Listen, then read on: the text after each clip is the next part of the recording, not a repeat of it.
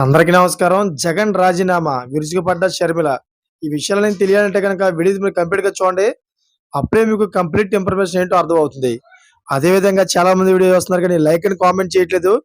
దయచేసి లైక్ అని కామెంట్ చేయండి. లైక్ అని కామెంట్ చేయడం వల్ల ఈ విషయాలని మనం చాలా మందికి తెలియజేసిన వాళ్ళం అవుతాం. అదే విధంగా జగన్ రాజీనామా ఎందుకు చేస్తున్నారు? అదే విధంగా ఎందుకు షర్మిల అంతలా విరుచుకుపడ్డారో కూడా మీకు పూర్తి వివరాలు తెలుస్తుంది. ఇంక లేట్ చేయకుండా పూర్తి వివరాలేంటో తెలుసుకుందాం. ఫ్రెండ్స్, వైఎస్ షర్మిలకి వైసీపీ ఎమ్మెల్సీ బొత్స సత్యనారాయణ ఎప్పుడు ఎదురుగా తారసపడరు. కానీ తొలిసారిగా వారిద్దరూ మధ్య సోషల్ మీడియా వేదికగా వాదోపదాలు జరిగాయి. వైసీపీ అధినేత జగన్‌కి జైలుకు వెళ్లి పార్టీ నేతలను పరామర్శించడానికి సమయం ఉంటుంది కానీ శాసనసభ సమావేశాలకు వెళ్లేందుకు సమయం ఉండదా అని ట్వీట్ చేశారు. ఓ మీడియా ప్రతినిధి ఆమె ట్వీట్ గురించి చెప్పి స్పందించమని అడిగితే ఆమెకు పని పాట లేదు. ఖాళీగా కూర్చొని ట్వీట్ చేస్తుంటారు. ఆమె ఏదో అడిగితే సమాధానం చెప్పాల్సిన అవసరం నాకు లేదు అని జగన్ ఎందుకు శాసనసభకు వెళ్ళడం లేదనే ఆమె ప్రశ్నకు సమాధానం చెప్పకుండా తప్పించుకున్నారు. అయితే పని పాటు లేకుండా ఖాళీగా కూర్చున్నారు అనే బొత్స సత్యనారాయణ వ్యాఖ్యలపై ఆమెకు బాగా తగిలినట్టున్నాయి. వెంటనే వాటికి ఘాటుగా బదులిస్తూ మరో పెద్ద మెసేజ్ పెట్టారు. వైసీపీకి జగన్‌తో కలిపి 11 మంది ఎమ్మెల్యేలు ఉన్నారు. కానీ మాకు లేరు కనుక మేము శాసనసభకు వెళ్ళలేకపోతున్నాము. అయినప్పటికీ చంద్రబాబు నాయుడు హామీలపై నిలదీస్తూనే ఉన్నాము.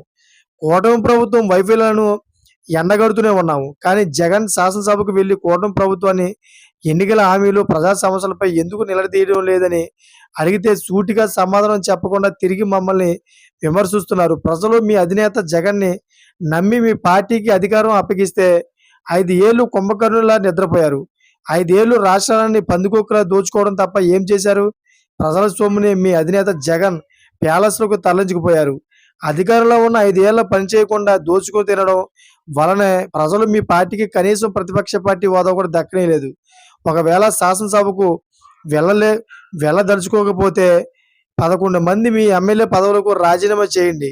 ఇంట్లో కూర్చొని ప్రెస్ మీట్లు పెట్టడానికి కాదు ప్రజలు మీకు 11 సీట్లు ఇచ్చింది అంటూ వైఎస్ షర్మిల ఘాటుగా బదిలిచ్చారు. ఈ విధంగా అయితే జగన్‌ను కూడా రాజీనామా చేయమని అయితే షర్మిల తిక్కకొరకనేది చెప్పింది. అయితే సీఎం చంద్రబాబు నాయుడు పాలనలో రాష్ట్రంలో శాంతి భద్రతలు క్షీణించాయని, అవినీతి అక్రమాలు పెరిగిపోయాయని, ప్రజలలో వ్యతిరేకత పెరిగిపోయిందని జగన్ నిత్యం వాదిస్తుంటారు. కనుక అది నిజమని నిరూపించే అవకాశం జగన్‌కే ఉంది. షర్మిల చెబుతున్నట్లు జగన్‌తో సహా 11 మంది వైసీపీ ఎమ్మెల్యేలు తమ పదవులకు రాజీనామాలు చేసి మళ్లీ పోటీ చేసి 11 సీట్లు గెలుచుకొని తమ వాదనలు నిజమే అని నిరూపించుకోవచ్చు కదా!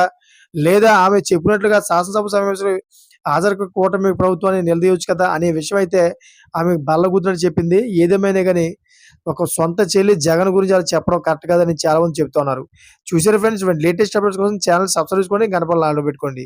నేను చేసే ప్రతి ఒక్క అప్డేట్ మీరు ముందుగానే పొందగలుగుతారు. Thanks for watching friends.